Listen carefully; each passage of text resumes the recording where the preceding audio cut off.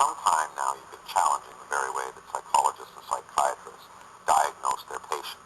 Coming from within the discipline, this is kind of highly unusual. What was it specifically that set you off on this crusade? Well, what set me off was that I had written a book called The Myth of Women's Masochism, in which I was basically saying it's not true that women enjoy suffering. And, you know, when you write a book before it's published, there's a period of time when you think, oh, I didn't need to write this book. Everybody already knows this, and nobody's going to want to read it.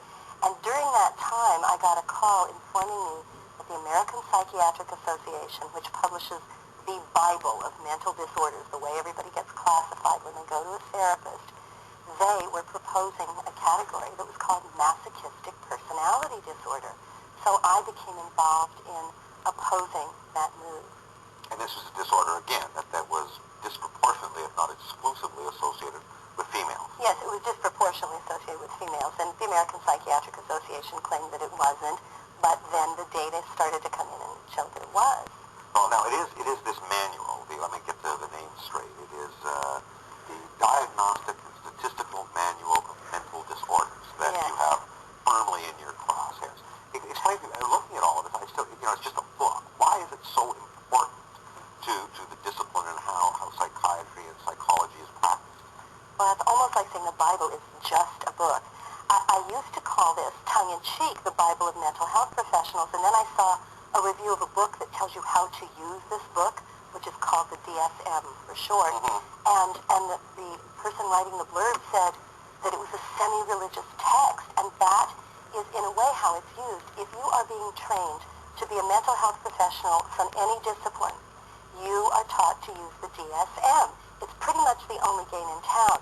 So if I'm a therapist and you're a patient and you're coming to see me, and if you want your insurance to pay for the treatment, then I pretty much have to give you a label that comes out of the DSM. So if my criteria of my disorder are in the book, I'm sick. And if they're not, I'm not sick. That's right. Only almost nobody ever gets diagnosed as not being sick. Once you go to a therapist, you're pretty sure to get a label. And the reason the DSM is the only game in town is not because it's such a fine volume, carefully constructed, and based on scientific evidence, as they say when they market it, and they market it big. The last edition made over $1 million. The reason is that it's a lot of work to produce a diagnostic manual, and it would be even more work if it were really based on the science. And so nobody else has really bothered to make an attempt of this sort on this kind of scale. Even before you started publishing and talking on this issue, I'm sure you were aware, people have referred to psychology and psychiatry as kind of the squishy, harebrained stepchild of real medicine. By challenging the very scientific foundation of psychology and psychiatry, I mean, you throw the entire discipline in disrepute in many ways. Well, it shouldn't be thrown into disrepute, but we should come clean about how much of what we do is science and how much of it is art. Right. And there's a lot more art than science. Is that because mental health does not have a biological root, or at least we cannot ascertain a biological root for mental health disorders? Well, let me tell you, it's a very long answer to that question to answer fully, but let me say a couple of things. Hey, that's the beauty of this program. You can answer as long as you want. What a luxury. Well, first of all, there are a lot of categories in the DSM for supposed mental disorders that really aren't mental disorders. One might say anyone in their right mind wouldn't call them mental disorders. They are the consequences of oppression or violence, and yet they're diagnosed as mental disorders. I was reading one, which was a childhood disorder, that one of the criteria was aggressiveness towards other children, such as stealing their hats. Yes. That's right. Well, and that brings up another kind of category that has no business being in the DSM, and that is things that everybody goes through, and yet they get diagnosed as mental illnesses. For example, if someone close to you dies and you're still depressed 2 weeks later, now, according to the DSM, you have minor depressive disorder. If you are still depressed 2 months after, say, a parent or a partner has died, now you have major depressive disorder. If you're having trouble quitting smoking, you have nicotine dependence disorder. There's one in there called caffeine-induced sleep disorder. Guess what that means? And these are all being classified as mental disorders. Now, when I started doing the research for the book, I thought, but there probably are some things that are biologically based and that I would feel comfortable calling a mental disorder. And the one that everybody comes back to is schizophrenia. Isn't that well researched? They've done studies on twins all over the world, and they looked at the contents of their urine and their genes and so on. And as I was about to write that sentence, the new edition of, the new copy of American Psychologist came. And that's a very highly respected journal. A lot of good stuff goes in it. And there was an article by an expert in the field of schizophrenia. And he was saying, everybody thinks that really good research has been done on schizophrenia, proving that it's biologically based. And he said in some cases what we call schizophrenia probably is, but the truth is that schizophrenia is still in many ways a wastebasket term. So I do not want to sit here and say there is nothing that looks like a mental disorder that's biologically based. I will not say that nothing should be treated with drugs. For some people, drugs seem to have a miraculously beneficial effect. But I want to say honestly, and I want everybody in the field to say honestly, most of the time we just don't know. And I think that as with any other kind of consumer, people who are considering seeking therapy or some other related service have a right to know, well, how much is really based on science. Well, one of the many fascinating things in your book is you just document the growth of mental disorders. It sounds like, 100 years ago there were 7 disorders, and then 80 years ago there was 59, and now we have 374, a 26% increase, I think, over the last time the DSM was we found another kind of, 77 new disorders in 7 years. Yeah, now are we getting mentally sicker? Is that what's happening? Or well, that's what you would think if you compare one DSM to the next DSM. I'll tell you what I think is happening. I mean, all I can do is speculate about why this is going on. And in order to do that, we have to talk about the motives of the people writing the DSM. The DSM, although it is published and marketed by the American Psychiatric Association, which has tens of thousands of members, and by the way, it's translated into 17 languages, and it's certainly widely used in Canada. It's a big high dollar all item over the too, world. isn't it? Oh, yes, yeah. It's so very it generates lots expensive. of income. It weighs 3 pounds in paperback. It looks very impressive. But it's really written and put together by a couple of dozen people do most of the work. They are mostly white, mostly American, mostly male, mostly psychiatrists. Now, this book of mine is dedicated to a white male psychiatrist, who's a psychoanalyst. I do not feel disdain for all people who fit that description, obviously. But when you have only a small number of people who tend to fall into the same grouping, writing this Bible of mental disorders, then you have to be concerned about what kinds of biases they bring to it. And the way the book is written is that they'll look at a piece of scientific research, and if it's horribly done, but it fits with what they want to put in the book, they'll put it in anyway. And then they will claim that the scientific research supports it. Even before the prospect of bias is introduced, I mean, am I to believe that the profession is so self-serving that they kind of create disorders to create more business? I know that at the same time that there's this huge growth of the classification of disorders, the number of healthcare professionals, mental health care professionals, doubled in the last 15 years. That's right, and what we have to remember is that the American Psychiatric Association exists in order to advocate for its members who are psychiatrists. Now, you go to a restaurant and you have every second person there seems to be a therapist or in training to be a therapist. So psychiatrists are becoming increasingly a minority of the group of psychotherapists. And the APA is explicitly trying to stake out its territory. A very recent president of the American Psychiatric Association said in his presidential report at the end of the year that one of the most important things that had happened for the APA that year was that they had persuaded Ann Landers to start recommending psychiatric treatment again. So they're an advocacy group. If you look at their budget, who funds their huge yearly conventions, the vast majority of the money comes from drug companies. And guess what? If you look at who gets diagnosed with DSM labels, the more likely you are, if you get a label, you're more likely to get prescription drugs or get insurance to cover it. Probably so. You're just more likely, once you get a DSM label, you're much more likely to be put on drugs or to be declared incompetent or to be ordered into treatments against your will. The whole proliferation of the list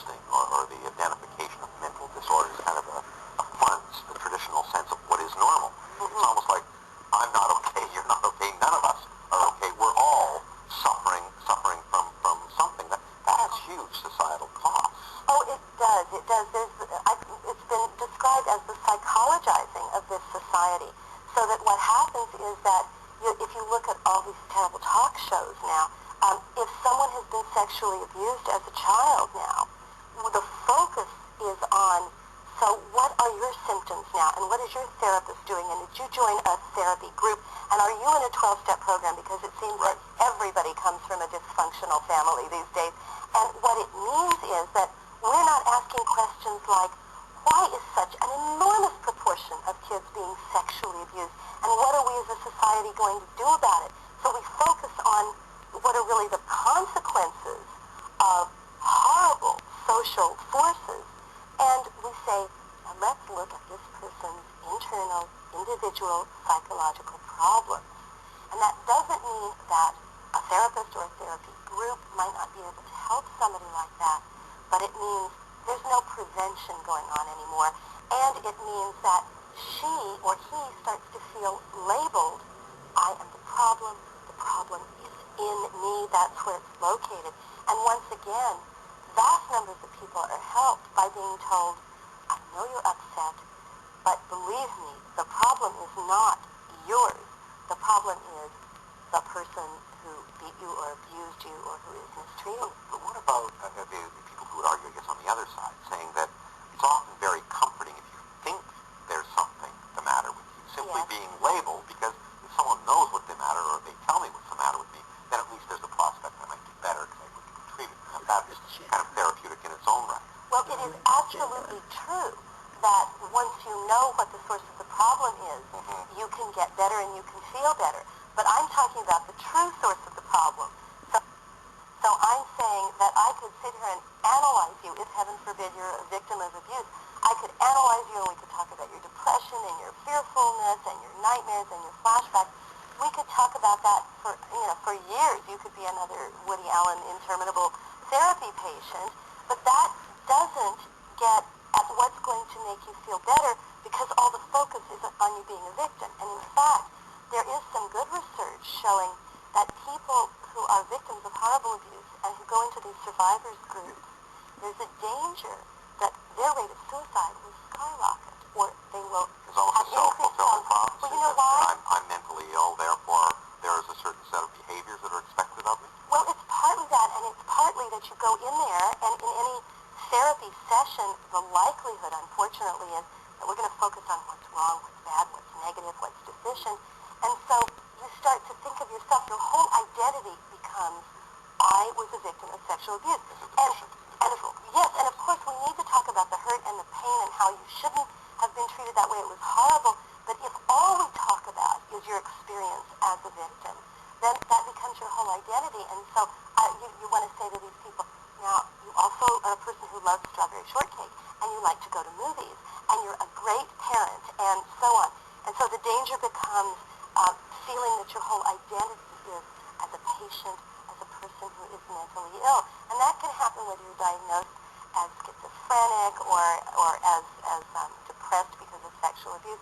And there are all sorts of people who are getting these diagnostic categories. They're losing custody of their children, they're not getting jobs, they can't get disability insurance. There are real serious, real-life consequences. This is a huge moral and ethical problem. I mean, you start and you say that the imprecision of diagnosis in mental health problems is rampant. That without question, someone who is labeled mentally ill loses rights automatically. That's right. Terrible rights in society. Yet, given that, what's the solution? Not to diagnose people. I mean, obviously that isn't the answer. How do you establish? I mean, how can, I guess, we introduce more precise tools to the discipline? Okay. I don't know what the answer is in terms of how to make sure you get coverage for everybody who needs it without getting people misdiagnosed. But I think honesty would be an important first step. And I would love to get the people who run the insurance plans and the insurance companies on board in really taking a major, comprehensive look at this whole problem, because they just accept the DSM and say, well, it's in the DSM, we cover them. If it isn't, we don't cover them. And I am calling for government investigation of the whole process of the lack of science and the presence of bias in mental health diagnosis. Because you see, the DSM and its categories, they're not drugs. So government agencies that oversee the prescription of medications don't oversee them. The whole process of mental health diagnosis is unregulated. And so that's one reason I wrote the book, is I want current and potential users of therapist services to know, to ask, when you go into a therapist, ask, are you giving me a diagnosis? If so, which one is it? If so, if it's such and such, I want to know what's the scientific basis to prove that there is such a mental disorder. Because there are categories in the DSM that have been scientifically proven not to exist, and they're in there anyway. So I want to know, I have a right as your patient to know, what is the scientific support for the label that you are giving to me? And I have a right to be informed of the dangers that could accrue to me later at any point in my life because you are giving me this label. And we need to get that way out in the open and thoroughly discussed before I even really go on being the patient. You've also been instrumental in the lobby to get certain disorders delisted from the manual, and going to claim that there's, as part of the delisting, that there had been a cultural and systematic bias against women and so-called women's problems that led to the conclusion of all kinds of things like PMS, but 500,000 American women suffer routinely of that aren't mental disorders at all. How does this happen? Okay. Well, there are systematic biases in the book against not only women, but also people who belong to racialized groups and people who are poor and so on. Because when you have any book of this importance that is written by mostly white male American psychiatrists, then their biases are going to come into play. And they also come into play when they are used by therapists who are different from the patients that they're seeing. But what I think happens is it's partly just blindness on the part of the people who are writing these disorders, but partly it's an active decision to ignore the scientific research. In the case of this notion of PMS as a mental disorder, and we're not talking about cramps, we're not talking about getting a little irritable, but as a mental disorder, there is a beautifully done scientific piece of research that proves that there is no such thing as a premenstrual mental disorder. The people who wrote the latest edition of the DSM knew that, and they actively ignored it and put PMS as a mental disorder in anyway. In fact, they did a massive review of the literature, and they said there's very little that's relevant, and it's filled with methodological problems, and they put it in anyway. But if the inclusion of some disorders might be culturally biased or culturally bound, I mean, it strikes me that the exclusion of some might be politically bound. That is, that there's the feminists would find the inclusion of premenstrual stress disorder an affront to their whole position as feminists, so that they have a vested interest in expurgating that particular disorder from our understanding of what could be mental illness. Yes, but I tell you, it's not just feminists. We had a... No, but I'm using that as an example. Yes, PMS. but I mean, we had a petition campaign, and all sorts of women and men were signing this. They were saying, what? PMS as a mental illness? That's ridiculous. But there is, I understand, in fact, a very good one, a PMS clinic in Montreal. The people there obviously believe that they are treating women who are mentally ill. But the kinds of things that really work with women who say, I have PMS, I get so irritable or upset before my period, the kinds of things that have been shown to work are changes in diet, in exercise, in use of certain vitamins, and a mutual support group. And what tends to happen there is women saying, my husband came home and dinner wasn't on the table, and he had a fit, and I blew up at him. And now that's not a mental illness. So what happens that's useful in those groups is not treatment of mental illness. It's saying, look, honey, if he's blowing up because dinner is 5 minutes late getting to the table, you have every right to be upset. That is not the stuff of mental illness. There was a wonderful clinic in Toronto that they were getting a 45% reduction in symptoms through these methods. That is not the stuff of mental illness.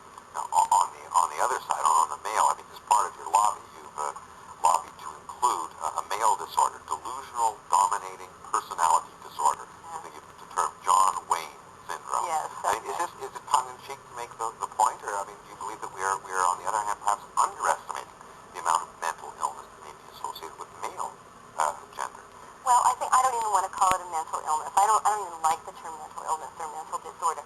But what we did was, I had been saying for years, look, in the DSM, they've got PMS, which can just be applied to women, and they've got self-defeating personality disorder, which is really a description of an extreme, a slightly exaggerated form of the way we raise our women to be, putting other people's needs ahead of their own. I said, we don't do the same thing for the way we socialize men. We don't have John Wayne syndrome or macho personality disorder. And so I started mentioning it tongue-in-cheek as a kind of way of educating and raising people's consciousnesses. And then Margaret Eichler, a sociologist at OISE, said, well, let's do it. Let's write up the syndrome and let's submit it to the DSM. And of course, they did not include it. But as we started writing it, we got more and more involved in realizing that, hey, this really is a problem. When you raise, whether it's males or some females are raised this way too, when you raise people so that they don't learn to identify their feelings or to be sensitive to the feelings of other people. Part of male socialization. You're not supposed to care, hey, It's the king of perseverance. That's right. You just bite your lip and you're the pillar of the family and the pillar of the community. You're not allowed That's right. to be unstable. Yeah, and so this is problematic both for the people who are raised that way and for the people who live and work with them. Because if you were raised that way, then you're going to be scared to death to show feelings, to show tenderness. That's a problem for you. If you and I are working together or if we're intimate partners, it becomes a problem for me because if we have an emotional problem or an interpersonal problem, you're not going to want to talk about it. You're going to deal with it by avoidance or denial or toughing it out or, at worst, physical violence. So these are, I think, major social problems which are not being recognized by the people who write the DSM. And what they're doing is taking a major social problem, which is the way we socialize our women to be totally self-sacrificing and self-denying. They're taking that, and we're even punished if we don't display that behavior. And then they're saying if you do display that behavior, you have a mental illness. Now, if the pendulum indeed has swung too far and that we have overclassified, we're encouraging people almost to feel that they are mentally ill when probably they just have a social problem or going through a normal part of life. If we accept that and that we see the discipline embracing this particular analysis, how do we at the same time ensure that the pendulum isn't going to swing too far the other way and that we, in fact, are going to lose people who truly have, acute mental illness and that they don't get the treatment? Well, that's where I think that the double-pronged approach of honesty about what we know and what we don't know and of doing good scientific research, that's where that comes into play. Because, of course, there will probably always be people who have problems that aren't just socially caused problems. And we have to make sure that they get what they need, as well as telling people who have socially caused problems, it's not your fault, and the problem isn't from within you.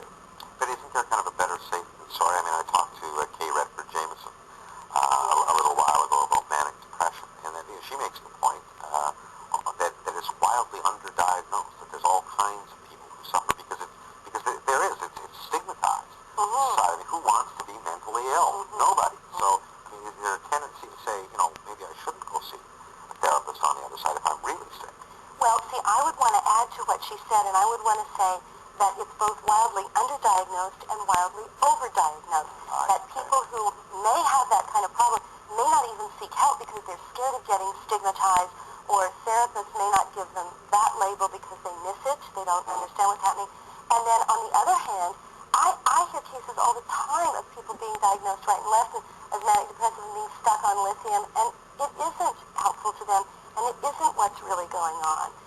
For example, a lot of women in particular, that's where my expertise tends to lie, for the most part, a lot of women who are in intolerable situations, sometimes just because of the double workload that so many women have, and so they get depressed, and then because they're women and because they're supposed to be coping with all of it, and they have to hold the family together and get to their paying job, then they get themselves revved up and geared up, and they do the best they can, and then they go out and they work like a dog, and then they go to see a therapist because they just can't take it anymore, and the therapist says, so sometimes you feel really down, and sometimes you work long hours, manic depressive, obviously. So, again, that's where both honesty and science become extremely important. Let's not miss the people who have these problems that might be helped by a drug or by understanding how these cycles, which seem to be biologically based, but also let's not call people manic depressive if they're not.